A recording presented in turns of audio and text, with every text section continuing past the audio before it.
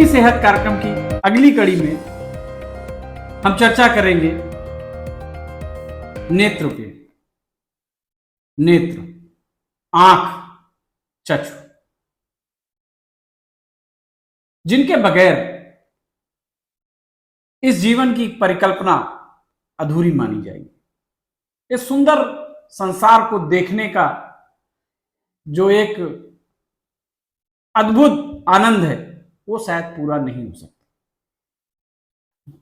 आंख जो हमारी है वो मानवीय शरीर की एक अत्यंत महत्वपूर्ण और संवेदनशील अंग है, जो हमारी दृष्टि और जीवन की गुणवत्ता को सीधे सीधे प्रभावित करता है। हमारे आंखों के स्वास्थ्य को लेकर के लोगों के बीच में जागरूकता बढ़ाने को लेकर के कई कदम उठाए जा रहे हैं। विश्व स्वास्थ्य संगठन WHO के अनुसार दुनिया भर में करोड़ों लोग आंखों से जुड़ी समस्याओं से जूझ रहे हैं, जिनमें मोतियाबिंद, ग्लूकोमा या उम्र से संबंधित दृष्टि हानि जैसी बीमारियां प्रमुख हैं। विशेषज्ञों का मानना है कि नियमित नेत्र जांच यानी आंखों की जांच, स्वस्थ जीवन शैली अपनाने से इन समस्याओं से बचा जा सकता है। उज्जवल प्रेरणा के अपनी सेहत कार्यक्रम में आज हमारे मेहमान हैं डॉक्टर अरविंद, जो कि एक नेत्र विशेषज्ञ हैं और सरकारी चिकित्सक के रूप में अपनी सेवाएं दे रहे हैं। आज हम उनसे चर्चा करेंगे आंखों से संबंधित कई सारी बीमारियों के बारे में, उनके रखरखाव के बारे में और उनको कैसे हम सही रखें कि जिससे हमें काफी लंबे समय तक आंखों के इस सुंदर संसार को हम उसका लाभ ले सके। तो बहुत ज्यादा समय आपका नहीं हो करते हुए हम सीधे चलते हैं डॉक्टर अरविंद के पास और उनसे जानते हैं कि कैसे हम अपनी आंखों की देखभाल कर सकते हैं। लोग एक स्पेसिफिक अपने जो दर्शक हैं उनके लिए एक प्रोग्राम वो कर रहे हैं, अपनी सेहत कार्यक्रम चलाते हैं, जिसके माध्यम से विभिन्न प्रकार के जो विधाएं हैं मेडिकल साइंस की उसमें, तो उनसे रूबरू कराते हैं। तो आप चूंकि एक चिकित्सक के रूप में, नेत्र चिकित्सक के रूप में यहाँ पे हैं, तो आपसे हम जानना चाहेंगे कि नॉर्मली आज आप देख रहे होंगे कि बहुत छोटे छोटे बच्चे भी नेत्र विकार का शिकार हो रहे हैं। तो कैसे उस चीज को वो सही किया जा सकता है, किस तरीके की एहतियात बरतने की जरूरत है, किस तरीके के उनको उसमें आपका जागरूक रहना चाहिए कि कैसे वो अपनी आंखों का इलाज मतलब समुचित देखभाल कर सकते हैं। देखिए, जो आई डिजीजेज हैं उनके बारे में पहले तो हमें इसको कैटेगराइज कर लें, क्योंकि यंग इंडिविजुअल्स की आई डिजीज थोड़ा अलग होती हैं, ओल्ड एज में थोड़ा अलग होती हैं। जैसे ओल्ड एज की पहले बात करें तो ARMD एक बहुत, और एक कैटरेक्ट के कोई बहुत बड़ा इशू नहीं है, उसकी तो एक बहुत अच्छी सी सर्जरी है और उसके बाद उसका विजन अच्छे से आ जाता है। लेकिन ARMD या किसी पर्सन कोई डायबिटिक है, हाइपरटेंसिव है, तो डायबिटिक रेटिनोपैथी, उससे उसका आँख का पर्दा खराब होने लगता है। तो वहाँ पर हमारे पास आयुर्वेद में कुछ ऐसे फॉर्मुलेशंस हैं जो रेटिना की हेल्थ के लिए बहुत अच्छे होते हैं। तो उनको हम एक फॉर्मुलेशन उसका एक स्टिपुलेटेड टाइम में देते हैं और उसके बाद हमें कुछ इंकरेजिंग रिजल्ट्स उससे मिलते हैं। पर्सन टू पर्सन वेरी करता है, हर पर्सन को अच्छे रिजल्ट मिल जाएंगे ऐसा कोई नहीं कहा जा सकता, लेकिन हाँ पर्सन टू पर्सन वेरी करता है। लेकिन हमारे पास कुछ फॉर्मुलेशन है जो हम उनको देते हैं। अब बच्चों की अगर बात करें तो बच्चों में आजकल जो इलेक्ट्रॉनिक डिवाइसेज हैं, कंप्यूटर, लैपटॉप, मोबाइल, इन सब के ओवर यूज़ की वजह से बच्चों में बहुत सारे डिसऑर्डर्स हो रहे हैं, जैसे कि आई फैटिग होना, बच्चों को उस चिड़चिड़ापन होना, या जैसे ही बच्चों को फ़ोन नहीं दिया जाता बहुत एनाइंग हो जाते हैं, बहुत सारे उनके अंदर चिड़चिड़ापन आता है। तो इस तरह के उसमें हम पहली तो बात काउंसलिंग करेंगे, हम तुरंत नहीं हटा देंगे, हम बच्चे को समझाएंगे, वो खुद उससे थोड़ा सा वो अपने आप को करे। दूसरी बात है कि अगर उसका विज़न कम है तो विज़न कम है तो रिफ्लेक्शन तो करना ही पड़ेगा, भाई चश्मा लगाना है। अगर मान लीजिए -3 -2 ऐसे आ रहा है तो फिर आप चश्मा पहनाएंगे। साथ साथ में हम बताएंगे उसका डाइट कैसा रहे। डाइट में बच्चे आज की डेट में फास्ट फूड की तरफ ज़्यादा, फैमिली भी चाहती है कि पैक डाइट तुरंत दे दें, वेजिटेबल्स, और उनकी तरफ उनको भी थोड़ा सा दिक्कत होती है। तो हम ये फैमिली मेम्बर को भी समझाते हैं, बच्चों को भी समझाते हैं कि हमें जो वेजिटेबल्स हैं, फ्रूट्स हैं, पिगमेंटेड फ्रूट्स खासकर जैसे कि पपाया है, चुकंदर है, जितने भी पिगमेंटेड फ्रूट्स हैं उन सब में विटामिन ए अच्छा होता है। दूसरा, अगर घर का बना अच्छा घी है तो वो बहुत अच्छा होता है। मिल्क, इन सब चीज़ों को लेने के लिए हम, अगर वो एग लेता है तो एग के लिए, ये सब चीज़ें हम डाइट में करते हैं। दूसरा, स्टडी आवर्स को हम देखते हैं कि अगर कोई बच्चा मान लीजिए कोई कम्पिटिटिव एग्जाम दे रहा है, उसको 12 घंटे पढ़ना है, तो हम सजेस्ट करते हैं कि आप 2-2 घंटे के ब्रेक पे करें, लगातार ना पढ़ें। जी। अदरवाइज क्या होता है कि शुरू में परफॉर्मेंस तो अच्छी रहेगी, फिर लेटर ऑन आपका जो है हेडेक या और कोई दिक्कत शुरू हो जाएगी तो आपकी परफॉर्मेंस डाउन हो जाएगी। तो काउंसलिंग वहाँ पर भी एक बहुत इंपॉर्टेंट रोल प्ले करता है। ये सब चीज़ें करते हैं। साथ साथ में हमारे आयुर्वेद में एक तर्पण कर्म होता है, अक्षी तर्पण, जिसमें हम तर्पण मतलब ही होता है नरिश करना। तो एक प्रोसीजर है जिसमें हम काऊ घी जो है, गाय के घी से उसकी आई को नरिश करते हैं। तो पहले एग्जामिन कर लेते हैं आई में कोई पहले से कोई इन्फेक्शन तो नहीं है। अगर वो बिल्कुल साइलेंट आई है, नॉर्मल आई है, तो उस केस में फिर हम अक्षी तर्पण कराते हैं। तो उससे आईज की जो एक्सटीरियर की जो सेल्स होती हैं वो थोड़ा सा नरिश होती है, तो पेशेंट को आई स्ट्रेन में, बर्निंग सेंसेशन में, ड्राइनेस में, इन सब में बहुत अच्छा रिजल्ट मिलता है। तो वो हम करते हैं। इसके अलावा हमारे पास न्यूट्रिशनल थेरेपी जैसे सप्तमृत लव है, इसके अलावा अश्वगंधा है, शतावरी है, तो ये अभ्रक भस्म है, मंडूर भस्म है, तो ये सब चीज़ें हम देते हैं। तो उससे पेशेंट का एक जनरल जो रेटिना की हेल्थ है वो इम्प्रूव होती है। क्या नेत्र विकार आनुवांशिक भी हो सकते हैं? बिल्कुल होते हैं। अगर किसी को रॉड कोन डिसऑर्डर्स है, इसकी वजह से हो सकता है। कई सारी कंजेनिटल एनामलीज है जिसमें रेटिना का कोई हिस्सा डेवलप ही नहीं होता है, जैसे कि कोलोमोमा है तो उसमें यूवेल टिश्यू डेवलप नहीं होता है। कंजेनाइटली कई बार लेंस एब्सेंट होता है। कई बहुत सारे ऐसे डिसऑर्डर्स हैं, जैसे डेवलपमेंटल एनामली है, कई बार आपने देखा बच्चे का हाथ टेढ़ा है, तो वैसे ही चूंकि आई भी एक अंग है, ऑर्गन है, तो उसमें भी डेवलपमेंटल एनामली हो सकती है। दूसरा, कुछ डिसऑर्डर जैसे कि किसी पर्सन पेरेंट्स को हाई मायोपिया है, पैथोलॉजिकल मायोपिया, तो बच्चे में होने के चांसेस हैं। ग्लूकोमा अगर है, काला मोतिया संभलवाई जिसको कहते हैं, अगर वो है तो बच्चे में होने के चांसेस हैं। कंजेनाइटल डिसऑर्डर बिल्कुल फेयरली कॉमन होते हैं बच्चों में। अच्छा, आज के समय में हम देख रहे हैं कि छोटे छोटे बच्चे जो हैं वो मोबाइल के लिए, क्योंकि इसमें हम पेरेंट्स की भी गलती मानते हैं, उनके अभिभावकों की गलती भी मानते हैं कि बच्चे को हमने कुछ नहीं हुआ, हम काम में व्यस्त है, मोबाइल पकड़ा देते हैं और बच्चा उसका लती हो जाता है। तो उस संबंध में आपकी अभिभावकों को क्या राय है? देखिए, हमें एक प्रोपोर्शन रखना चाहिए। अगर बच्चों में, पेरेंट्स को ये चीज़ समझनी पड़ेगी कि बच्चे के ओवरऑल डेवलपमेंट के लिए उसकी दोनों एक्टिविटीज़, इंडोर आउटडोर, दोनों का प्रोपोर्शन ज़रूरी है। अगर बहुत ज़्यादा आउटडोर रहेगा तो उसको चेयर पे बैठने में दिक्कत होगी, वो पढ़ने की उसका वो सब चीज़ें डिप्राइव होने लगेंगी। बहुत देर अंदर रहेगा तो उसका सोशल डेवलपमेंट रुक जाएगा। मोबाइल सोशल डेवलपमेंट नहीं कर रहा है। मोबाइल आपको सिर्फ और सिर्फ एक इन्फॉर्मेशन का एक यूनिडायरेक्शनल फ्लो है जो आपकी तरफ हो रहा है। बच्चा जाने अनजाने उसमें कुछ ना कुछ अपने अंदर एक थीम बना लेता है कि ये चीज़ अच्छी है, ये खराब है। पेरेंट्स का उसमें इन्वॉल्वेशन नहीं है।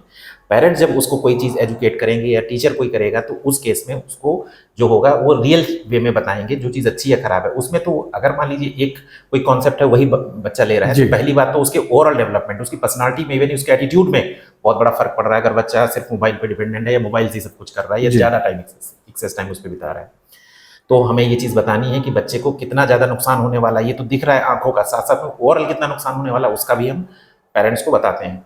दूसरा, आईज में अगर लगातार देख रहा है तो उसको आई स्ट्रेन, बहुत ज़्यादा पिक्सेल्स को डिफ्रेंशिएट करने में प्रॉब्लम होना, बर्निंग होना, आई फैटिग होना, ये सब बहुत कॉमन है। तो हम पेरेंट्स को ये चीज़ समझाते हैं कि मोबाइल एक डिवाइस है जिसका एक यूज़ है बात करना, इसके अलावा कभी कोई इन्फॉर्मेशन लेनी है तो यूट्यूब या गूगल से कोई लेना चाहते हैं, बस आप उसको अपना अल्टीमेट सोर्स मत बना दीजिए। बुक्स की अपनी इंपॉर्टेंस है, टीचर्स की अपनी इंपॉर्टेंस है, तो उसको सब्स्टिट्यूट न बनाइए। कभी कभी जैसे बच्चों में अगर हम करते हैं कि बच्चों को लगता है अंदर से कि हमें ये प्रॉब्लम हो रही, तो किस तरीके की वो दिक्कतें जो अगर लक्षण दिखने लगे तो हमें ये समझना चाहिए कि हमें नेत्र। देखिए, 2-3 चीजें होती हैं। जैसे मान लीजिए बच्चा बहुत कम बताता है कि उसको साफ नहीं दिख रहा है जी, क्योंकि बच्चे को नहीं पता है साफ नहीं दिख रहा है, वो नहीं जानता है। वो यूजली उसकी टीचर्स बताएंगे कि बच्चा पीछे बैठता है तो ये बात ज्यादा करता है या ठीक से पढ़ाई में मन नहीं लगाता है जी। उसको आगे बिठाते हैं तो ये पढ़ता है क्योंकि उसको हो सकता है क्लियर ना दिख रहा हो जी। दूसरी बात, बच्चा हेडेक बताएगा। अगर मान लीजिए आई पे स्ट्रेन पड़ेगा तो बच्चा विजन नहीं बताएगा, हेडेक बताएगा कि उसको साफ सर दर्द होता है। तो सर दर्द होता है, पढ़ने से वो डिप्राइव, क्योंकि पढ़ते समय उसको बढ़ती दिक्कत, तो पढ़ने के समय कहेगा कि मुझे दर्द होने लगा है जी। तो ये दिक्कतें वो बच्चा यूजली बताएगा। और इसके अलावा साथ साथ में यही चीज अगर लंबे समय तक बनी रहे तो जिसको भैंगापन कहते हैं, स्क्विंट जिसको कहते हैं, वो होने के चांसेस रहते हैं। बहुत बहुत सारे और डिसऑर्डर्स हैं। मैं ब्रीफ में इतना बता दूं कि अगर आप जो है बच्चा लगातार पढ़ाई से जी चुरा रहा है या वो लगातार सरदर्द बता रहा है या उसकी आईज थकी थकी रहती हैं, ज़्यादा पढ़ने के तुरंत बाद वो सोने के लिए जा रहा है, तो उसका आई टेस्ट जरूरी है। अब एक बीमारी और बात करते हैं मोतियाबिंद को लेकर के। ये मोतियाबिंद की शिकायत किस उम्र के बाद? देखिए, मोतियाबिंद हो सकती है, जो आम भाषा में मोतियाबिंद कहते हैं, तो सफेद मोतिया, काला मोतिया। सफेद मोतिया का अर्थ है कैटरैक्ट, जो आम भाषा में कैटरैक्ट है। काला मोतिया ग्लूकोमा जिसको सबलवाई कहते हैं, जिसमें तो सफेद मोतिया तो कैटरेक्ट है, इसमें लेंस जो है ओपैक होने लगता है। यूजुअली इंडियन सिनेरियो में चूंकि हम सब ट्रॉपिकल कंट्रीज के हैं जहाँ पे थर्मल हमारे पास हीट ज्यादा रहती है, हमारा इंसोलेशन ज्यादा रहता है, वातावरण यहाँ का वातावरण का गर्म है कहते हैं आम भाषा में। तो इसलिए हमारे यहाँ जो पॉपुलेशन है 55 ऑनवर्ड थोड़े बहुत लेंटिकुलर चेंजेस शुरू हो जाते हैं, कैटरेक्ट की प्रोसेस शुरू हो जाती है। लेकिन ऑपरेशन की जरूरत यूजुअली 65 के बाद पड़ती है, जो सामान्य व्यक्ति में जिसको कोई डायबिटीज या और कोई पहले से बीमारी नहीं है जी। अगर कोई पर्सन डायबिटीज या इस तरह की बीमारी का है तो ये चीज और पहले भी हो सकता है 50 साल पे, इवन 45 साल पे भी कैटरेक्ट हो जाए। अगर कोई डायबिटीज है, किसी को 10-15 साल से अनकंट्रोल्ड है तो हो सकता है ऐसा। तो एक तो ये चीज हो गई। दूसरा, इसमें अगर हम ये कहें कि किस एज पे होता है तो आप 55 टू 65 ये एक रेंज रख लीजिए, इस 55 टू 65 यूजली होता है। जहां तक मोतिया काले मोतिया की बात है तो ग्लूकोमा है, वो किसी भी एज पे हो सकता है, लेकिन 40 साल के ऊपर कोई पर्सन जिसको फैमिली हिस्ट्री रही वो ज्यादा प्रोन है, वो ज्यादा उसको होने के चांसेस ज्यादा रहते हैं। तो किस प्रकार के विशेष एहतियात बरतने की जरूरत है अगर या ऐसे लक्षण दिखाई पड़ते हैं तो उन लोगों को किस प्रकार के जो है अपने उसमें एहतियात बरतने चाहिए, उन चीजों का? देखिए, मैं पहले चीज ये कहूंगा कि अगर किसी पर्सन को कोई फैमिली हिस्ट्री रही है तो एनुअल आई चेकअप कराने में कोई हर्ज नहीं है, एक एनुअल आई चेकअप कराए। 40 साल के ऊपर कोई पर्सन है तो उसको एक एनुअल आई चेकअप करा लेना चाहिए जी। एनुअल आई चेकअप में क्या है, विजन होना चाहिए, इंट्राओकुलर प्रेशर चेक हो जाना चाहिए और एक बार पर्दे की जांच हो जानी चाहिए। इससे होने से अगर कोई डिजीज होने की शुरुआत हुई है तो अर्ली स्टेज में हमें अगर पता चल जाएगा तो हम उसको डिटेक्ट कर लेंगे और ट्रीटमेंट टाइम पे हो जाएगा। तो रेगुलर आई चेकअप जरूरी है। इसके अलावा अप्रोप्रिएट जो अगर उसके कोई ग्लासेस लगे हैं वो ग्लासेस पहने, हेल्दी डाइट ले। हेल्दी डाइट का मतलब है विटामिन ए, प्रोटीन, ये सब चीजें, विटामिन डी, ये सब कंटेनिंग जो सब है हमारे पास फूड स्टफ्स। देखिए, सरल भाषा में अगर बात करें हम विटामिन डी, विटामिन ए की बात करें तो किस प्रकार के भोजन में ये पाया जाता है? ठीक, मैं आपको जी, वेजिटेबल्स में आप ग्रीन लीफी वेजिटेबल्स लीजिए, हरी सब्जियां, ठीक है ना, हरी सब्जियां। और मैंने कहा डार्क पिगमेंटेड जो खूब गहरे रंग के फल हैं उन सब में बीटा कैरोटीनॉइड्स होता है। जैसे आप जैसे मान लीजिए कि आप पपाया ले रहे हैं, ओके, चुकंदर ले रहे हैं, गाजर ले रहे हैं, या आड़ू आता है फ्रूट, इन सब में कोई भी जो आपको पिगमेंटेड, जैसे फरेंद आता है जिसको जामुन कहते हैं, बीटा कैरोटीनॉइड्स है, इन सब में एंटीऑक्सीडेंट होता है। तो उन जो है फ्रूट्स को लेना है जो पिगमेंटेड है, तो इन पिगमेंटेड फ्रूट्स को खूब लें। इसके अलावा हरी सब्जियों को खूब लें। प्रोटीन, विटामिन डी का मतलब है प्रोटीन आपको मिल्क में भी मिल रहा है, एग में मिल रहा है। आप किस टाइप के हैं, अगर वेजिटेरियन शाकाहारी हैं या मांसाहारी, चूज कर लीजिए। इस तरह से आप डाइट लीजिए और बाकी प्रोपोर्शनल डाइट आप समझते हैं कि आपका कार्बोहाइड्रेट, फैट, प्रोटीन इन सब का बैलेंस्ड हो, तो जैसे बैलेंस डाइट होती है वो लेंगे। अगर ऐसे लक्षण हैं तो हमें इनमें उस व्यक्ति को किस प्रकार की चीजों से परहेज करना चाहिए? बिल्कुल, आप जंक फूड बिल्कुल परहेज करिए। जंक फूड जो है, जो पैक्ड फूड है, जंक फूड, इन सब में प्रिजर्वेटिव्स होते हैं, इन सब में ट्रांस फैटी एसिड्स होते हैं जो हमारी बॉडी को ओवरऑल तो नुकसान करते हैं, आंखों को भी करते हैं। इसमें न्यूट्रिशनल वैल्यू बहुत कम होती है, तो इन चीज़ों को अवॉइड करिए। जंक फूड जो है, फास्ट फूड जिसको आप भाषा में कहते हैं, चाउमीन, बर्गर, पिज्ज़ा, ये सब चीज़ें, इनको अवॉइड करिए। दूसरी बात है, बहुत ज़्यादा खट्टी चीज़ें, ठीक है ना, बहुत गर्म, बहुत ठंडी चीजें भी हमारे आयुर्वेद के दृष्टिकोण से, जो हमारा आयुर्वेद का है उसमें बताया गया कि बहुत गर्म, बहुत ठंडी और खट्टी चीजें ये आयुर्वेद के लिए फायदेमंद नहीं होती, मतलब आई के लिए फायदेमंद नहीं होती। ओके। तो इस तरह का आप एक जो है, मतलब अगर आप डाइट प्लान करें तो हमारी जो इंडियन डाइट है, दाल, चावल, रोटी, सब्जी और साथ साथ में सलाद, उसको अगर आप लेते हैं और एक मौसमी फल लेते हैं, तो मैं उस चीज को बहुत वो करता हूँ कि अगर आप दाल, चावल, रोटी, सब्जी खा रहे हैं, साथ साथ में सलाद, सादा भोजन। हाँ, सादा भोजन। बुजुर्गों ने भी कहा है कि सादा भोजन उच्च विचार की प्राथमिकता को ध्यान में। बिल्कुल। एक चिकित्सक के तौर पे, चूंकि आज का जो माहौल है, चूंकि वो टेक फ्रेंडली है, बहुत ज्यादा उसमें है, लेकिन उसका दुरुपयोग भी बहुत हो रहा है कि कई सारे बच्चे, बहुत छोटे छोटे बच्चे मोबाइल देख के ही खाना खाते हैं। ऐसी माताओं के लिए आपका क्या संदेश है? देखिए, मदर जो है वो पहली टीचर होती है, और मैं ये भी मानता हूँ, मेरा दृढ़ मानना है कि बच्चे माँ से चाहे जितना गुस्सा हो, लेकिन अल्टीमेटली बात माँ की ही मानते हैं शुरुआत में। जब तक वो बाहर बहुत उनका सोशलाइजेशन नहीं हुआ, बाहर नहीं निकले, तब तक वो माँ की बात बहुत मानते हैं।